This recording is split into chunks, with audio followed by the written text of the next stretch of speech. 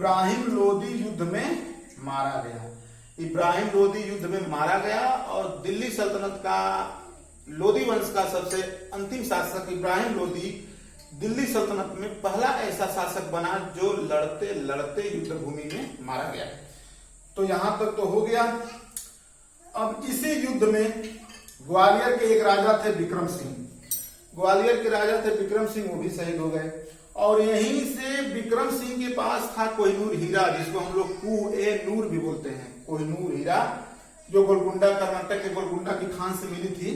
और यही कोहिनूर हीरा को जो है कि शाहजहां अपने तख्त ताउस मयूर सिंहासन में उसको सजवाएगा और इसी को अहमद शाह अब्दाली का वो नादिर शाह आएगा और इसी तख्त ताउस को 58 दिन तक दिल्ली में मौत का खेल खेलेगा, मृत्यु तांडव करेगा और 58 दिन दिल्ली में रह करके तख्त ताउस को लेकर के चला जाएगा।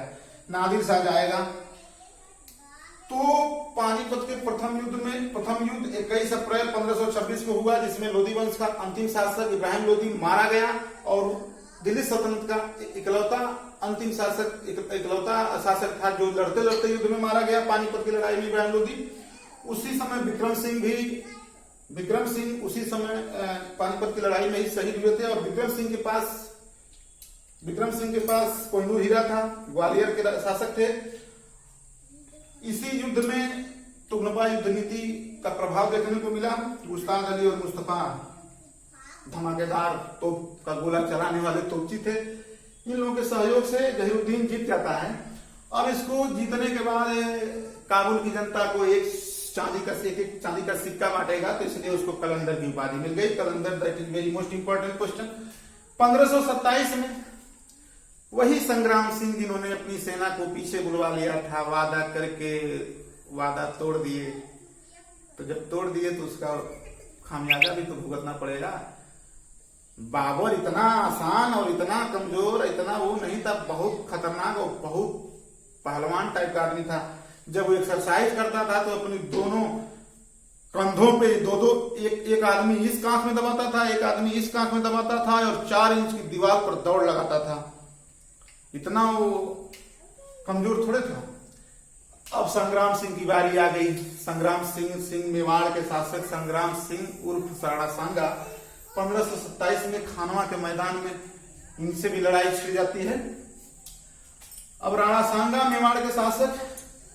अब उस समय देखिए महमूद लोदी, ये भी देखिए लोदी का चाचा, ये लोदी का चाचा ये इस समय राणा सांगा के साथ था। मतलब खानवा की लड़ाई में इतने लोग राणा सांगा की मदद किए कि अब क्या बताऊं। लेकिन सभी लोग मिलकर के राणा सांगा की मदद किए, लेकिन राणा सांगा उसमें जीत नहीं पाए। इसी खानवा की लड़ाई में बाबर की सेना ने कहा हम नहीं लड़ेंगे, हम लड़ते लड़ते थक गए हैं। 1499 से लेकर के 1526 तक लड़ते आ रहे हैं, 21 अप्रैल 1526 तक, और अब हम नहीं लड़ेंगे।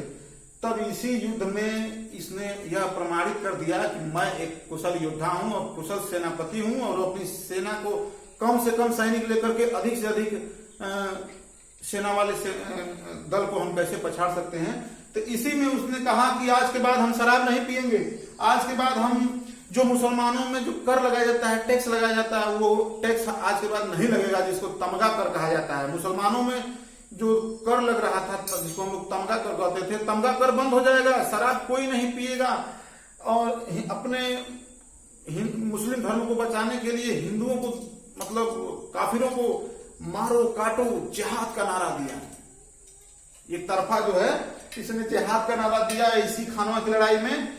तो देखो जिहाद का नारा दिया, तमगा कर खत्म कर दिया, शराब बंद कर दिया, शराब पीना भी छोड़ दिया। और इसी में मीराबाई के जो पिता थे रतन सिंह, उनकी भी वो भी इसी में शहीद हो गए। मीराबाई की जो पिताजी थे रतन सिंह, इसी में ये भी मारे गए बेचारे। और यहीं पर इसने गाजी की उपाधि धारण किया और बहुत भीषण नरसंहार हुआ। क्षत्रियों के बहादुरी का जो हिस्सा है राणा संग्राम सिंह, राणा सांगा, इनको कहा जाता है कि 80 घाव लगने के बाद भी राणा सांगा आंख तक फूट गई, हाथ कट गया, उसके बाद भी लड़ते रहे। उसके बाद देखो 1526 में कर लिया, 27 में 28 में चंदेरी में। अब 28 में चंदेरी में लड़ाई लड़ता है मेदिनी राय से। मेदिनी राय भी राणा सांगा की मदद किए थे।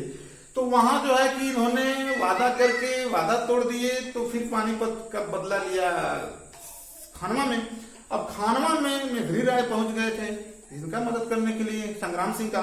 तो संग्राम सिंह की टीम में जब इनको देखा मेदिनी राय को, कहा ठीक है संग्राम सिंह को अभी हराता हूं, उसके बाद आपका मैं लेखा जोखा आपका भी हिसाब लूंगा।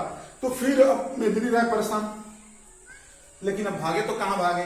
1528 में मजबूरी में चंदेरी में अब मेदिनी राय और बाबर की लड़ाई होती है, जिसमें मेदिनी राय बेचारे मारे जाते हैं। अब मेदिनी राय, ये तो शेरशाह सूरी है, फरीद है, तो ये तो मैं शेरशाह सूरी के बचपन का नाम पूछता है क्या है, फरीद है, तो इसलिए लिख दिया था। और इस युद्ध में, चंदेरी के युद्ध में शेरशाह सूरी जो है, फरीद जो है, बाबर की तरफ से लड़ाई लड़ा था, इसलिए इसका नाम हम लिख दिए हैं कि बाबर के सेना में ही था फरीद। यही फरीद जो है आगे चलकर अपना ग्रांड ट्रंक रोड बनवाएगा, क्या क्या करेगा देखो। फिर 1529 में घाघरा, घाघरा नाम से ही ज्ञात होता है कि घाघरा नदी के किनारे है। और जब नदी का बात हो गया तो स्वाभाविक है कि नदी में जब मार काट तलवार भाला चलेगा, गोला बम बंदूक चलेगा, तो जो तैरना जिसको आता रहे न आता रहे, जान बचाने के लिए नदी में कूद ही जाएंगे। तो जो लोग नदी में कूद जाएंगे तब भी अब जान नहीं बचेगा, क्योंकि जो भागने वाले हैं वो नदी में कूद रहे हैं, जो मारने वाले हैं वो भी नदी में कूद जा रहे हैं। इसीलिए घाघरा के युद्ध को, जो 1529 का जो घाघरा युद्ध है, इसको जल और थल में लड़ा जाने वाला युद्ध कहा जाता है, जल थल का युद्ध कहा जाता है। क्योंकि तो बहुत सिंपल है, घाघरा है, घाघरा नदी का नाम है,